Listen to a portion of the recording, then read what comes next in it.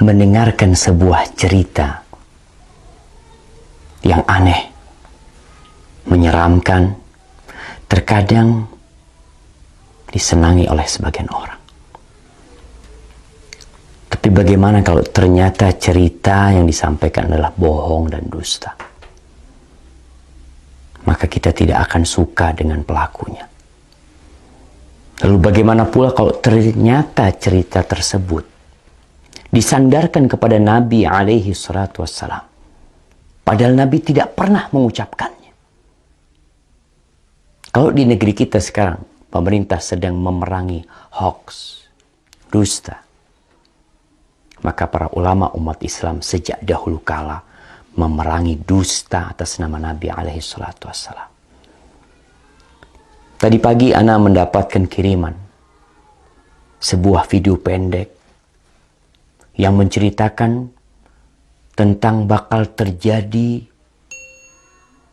sesuatu yang mengerikan apabila pertengahan Ramadan itu tepat pada hari Jumat. Dengan semangat dia membacakannya, membuat orang yang menontonnya akan tertarik dan mungkin percaya. Dan memang dusta apabila diulang-ulangi, disebarkan, terkadang bisa menjadi sesuatu yang diyakini oleh manusia kebenarannya, padahal itu hoax. Dan Rasul sallallahu alaihi wasallam mengatakan, "Man kadzaba 'alayya muta'ammidan falyatabawa maq'adahu minan nar."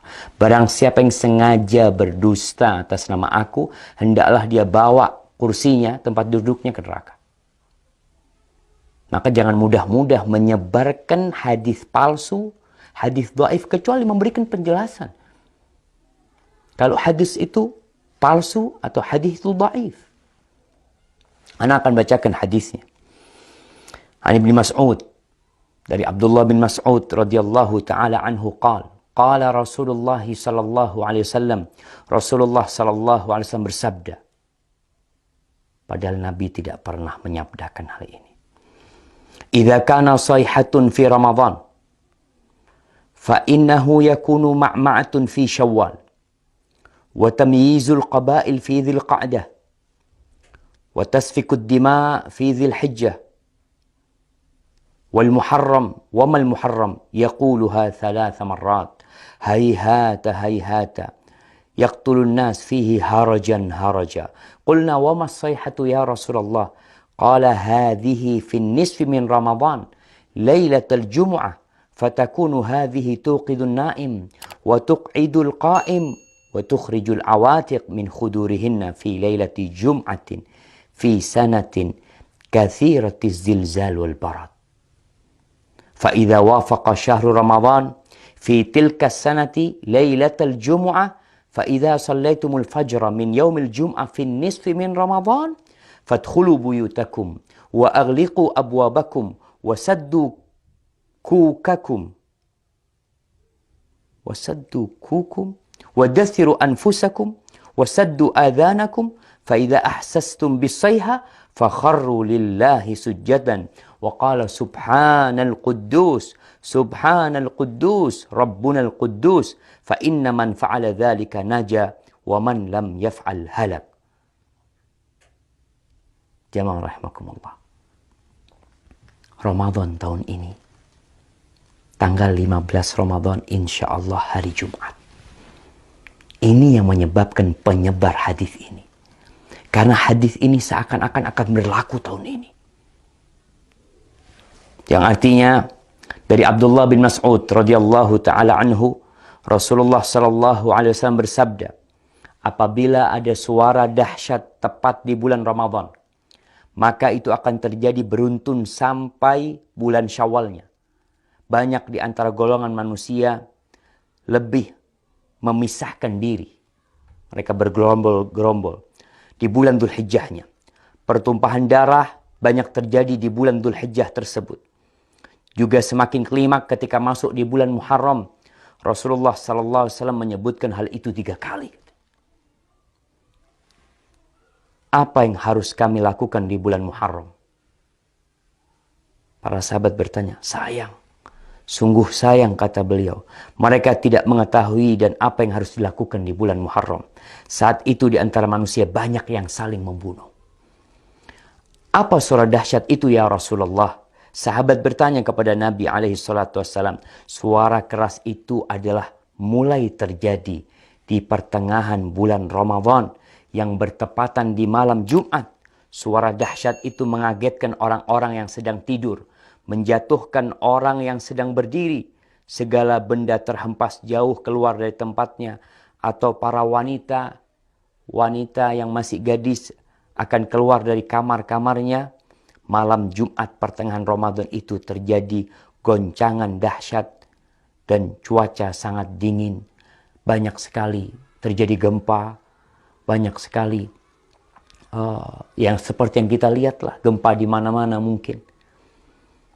Kemudian apabila bulan Ramadan itu tepat di tahun itu, dan kalian sedang melaksanakan sholat subuh malam Jumat di pertengahan bulan Ramadan tersebut, masuklah ke dalam rumah, kuncilah pintunya, tutuplah kepala kalian, lindungi tubuh kalian, dan tutup telinga kalian. Apabila kalian merasakan suara dahsyat, bersyukurlah, sujud.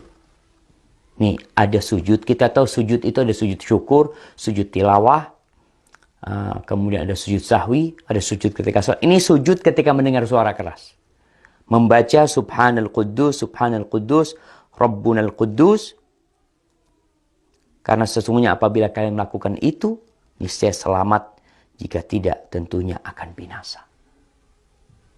Ini tersebar jemaah di beberapa tulisan. Ini ambil dari beberapa tulisan yang ada di internet.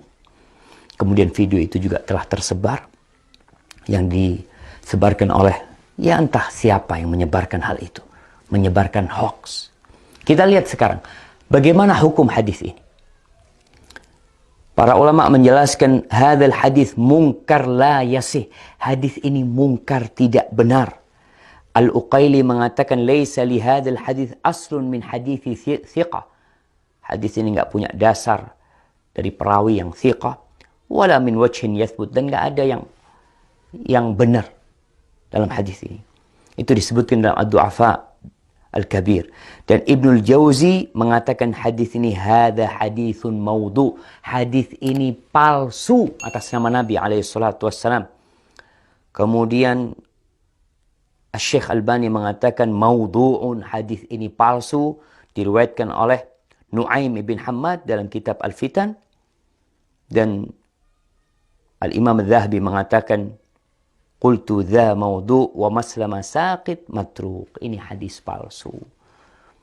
Perawinya ada yang matruk, yang dituduh berdusta jamaah. Ditinggalkan. Lalu kita meriwayatkannya, menceritakannya kepada umat, menyebarkannya. Atas nama Nabi SAW. Nabi bersabda, padahal Nabi tidak pernah menyabdakan hal itu. Jamaah, ma min qaul.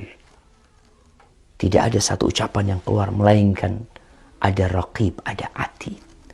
Ma yalfidu min qaulin illa ladaihi raqibun atid. Akan ada yang mengawasi, mencatatnya.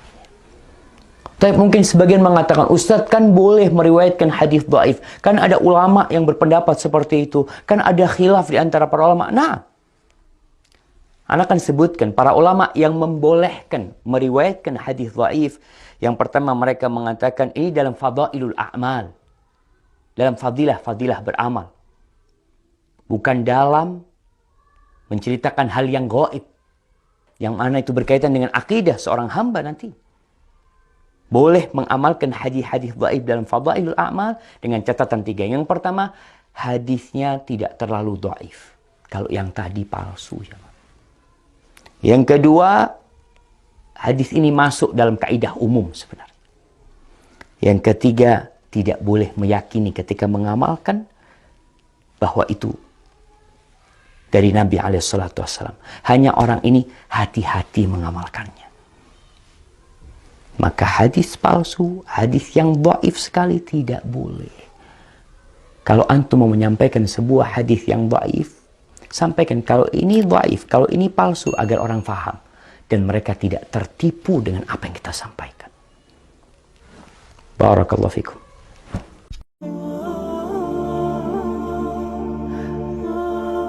Lalu Ibnu Jauzi berdoa, Allahumma in adzabtani ghadan, ya Allah, kalau kau besok mengazab aku, jangan kau kasih tahu orang-orang itu,